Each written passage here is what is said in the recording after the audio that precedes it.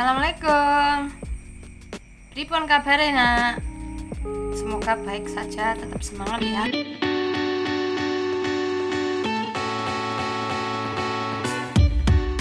Nah, sekarang kita sampai pada materi terakhir dari dimensi 3 kelas 12 matematika wajib, yaitu sekarang jarak titik dengan bidang. Kemarin yang pertama kan titik dengan titik, titik dengan garis, sekarang titik dengan bidang. Pengertiannya gimana? Misalnya kita mempunyai bidang ABCD, kemudian ada titik E di luar bidang. Jaraknya bagaimana mencarinya? Nah, dari titik E ini ditarik garis yang siku-siku terhadap bidang. Kalau siku-siku terhadap bidang artinya siku-siku terhadap semua garis pada bidang tersebut. Itulah pengertian jarak titik ke bidang. Contoh konkretnya bagaimana? Pada kubus ABCDEFGH, misalnya titik H jaraknya terhadap alas ABCD berarti yo HD. Terus misalnya F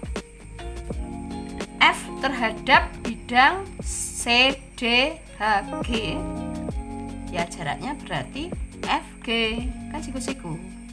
Contoh lain, misalnya titik E terhadap BC GF, ya berarti jaraknya EF.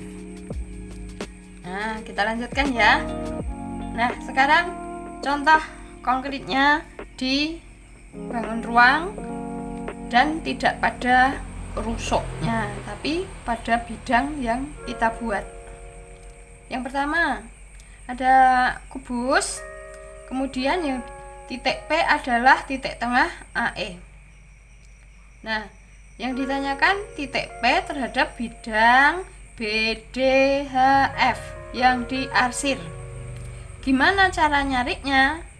Dari titik P itu ditarik garis yang siku-siku bidang. Maka jaraknya adalah PO. Kalau yang siku-siku tadi Ibu beri nama O.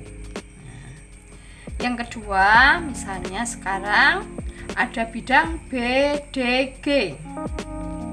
Nah, yang ditanyakan adalah jarak BDG dengan titik C. Kita akan cari suatu garis yang berada pada bidang BDG, yaitu garis G ke bawah ini.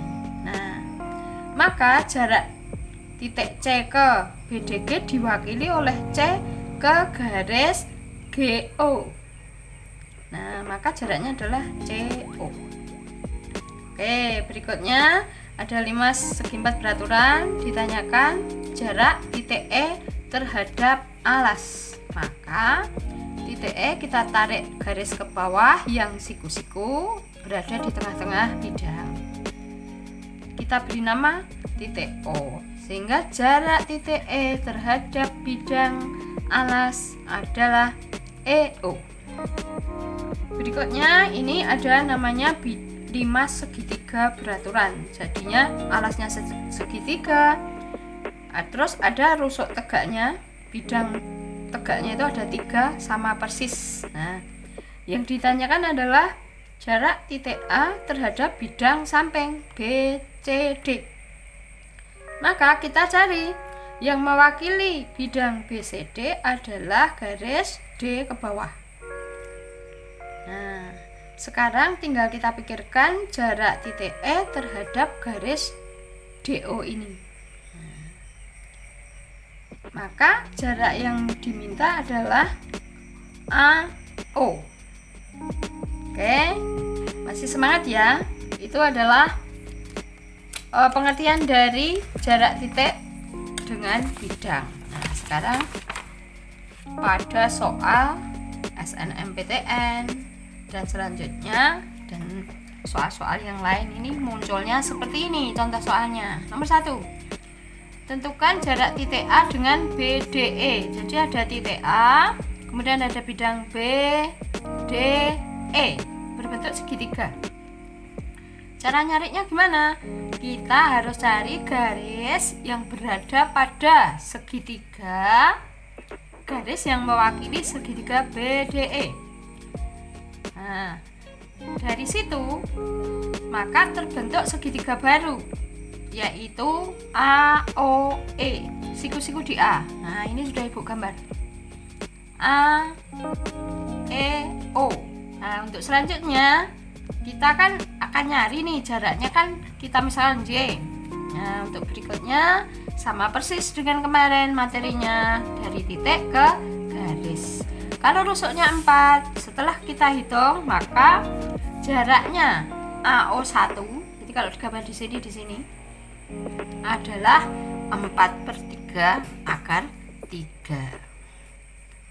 Oke, nomor 2 ya. Tentukan jarak titik E dengan BDG.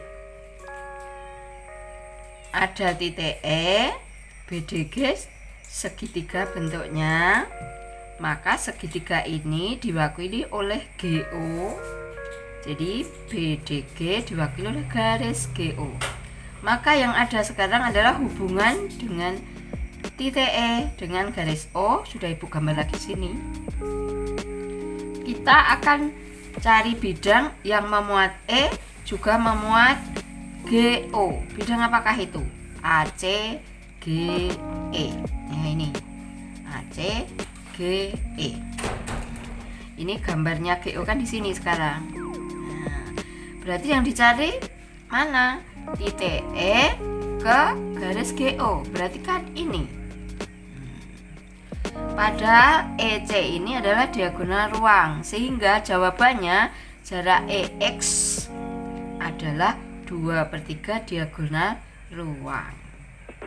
Semoga jelas ya. Ini jadi untuk materi titik dengan bidang, paham gambarnya, kemudian cara ngitungnya sama dengan titik ke garis. Demikian, semoga paham. Kalau belum paham diulang-ulang lagi ya. Terima kasih. Assalamualaikum.